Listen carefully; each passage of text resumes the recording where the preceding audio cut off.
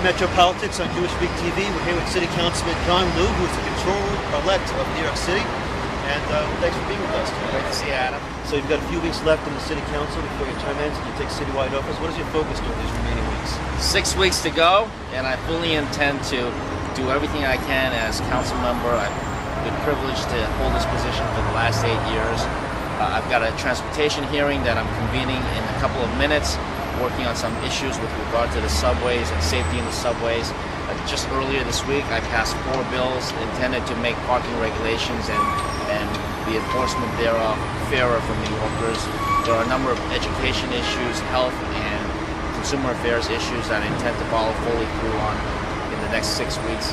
And all at the same time, running my transition committee and the staff are up and running, finding the most qualified people, professionals to help me run the comptroller's office and allow me to hit the ground running on January 1st as the new comptroller.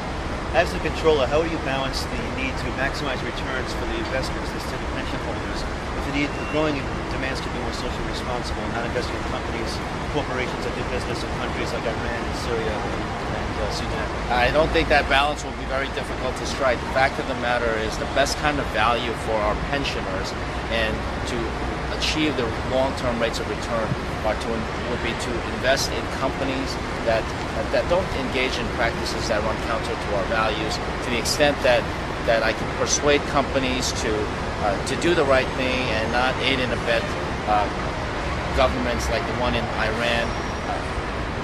I'll certainly do that. To the extent that I can't move them, we will divest. Asian Americans are a growing political force in this city. What are some of the issues that drive the community politically? Well, Asian Americans are reaching a level of political maturity that's never been reached before. I think it bodes well for the community. It certainly bodes well for all of New York City. For example, this year we will have twice as many members of the City Council who happen to be Asian American.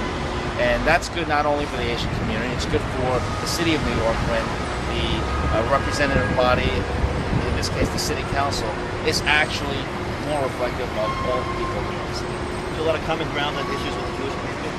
Absolutely. Asian Americans value education, family, health, economic opportunity, and there have already been so many ways that our communities work together.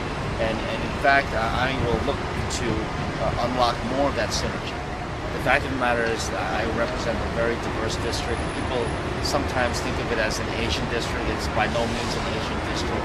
And in fact, I've got many constituents. In fact, a large proportion of my constituents who are of the Jewish faith. And I intend to use that synergy that I was really proud to have unlocked through the diversity of New York to help me work in the comptroller's office and to allow me to pull people together to come up with solutions collaboratively in a very challenging time. You're going to be the city's chief financial officer at a time when we're facing a huge budget deficit. How bad do you think it'll be? Oh, it's not a pretty picture. It's probably the worst deficit we've faced in generations. The fact of the matter is there will be difficult choices to make, but it will be my job and my full intention to be objective, provide the analysis that will allow the mayor and the city council to negotiate and to keep people honest about the numbers and the impact. You ever ask yourself, what did I need this for? What did I get myself into at a time like this to be controller of the city? What was I thinking? It's certainly a tough time to be getting into a position like this, but that's exactly why I ran for this position, to use my previous professional background in finance and combine that with my knowledge of city government as gained in my 8 years in the city council. I do believe that I can bring this combination of skill and experience to really be a very effective comptroller. Can we close the deficit without raising taxes? Well, there have been some people who have made that promise. I was actually the only person on the campaign trail running the comptroller who was willing to say on the record that I don't believe it's doable without revenue increases. I think there will be significant expenditure decreases, but I think there will also have to be revenue increases. Well, revenue increases. Can we just ask Mayor Bloomberg to write a check? It's only $12 billion. How do you feel? What we need to do is figure out a way to structurally balance the deficit. and balance the budget, eliminate the deficit. And that means that I'm looking for changes in the expenditures and revenues on an ongoing basis, and not have too many one-shots to close the budget. As wealthy as the mayor could be, he probably could, even Bloomberg could afford only a couple of one-shots. Councilman John Liu, comptroller-elect, thank you very much. Good luck in your Great to last few see you, weeks Adam. in the council and as controller of the city. Thank you very much.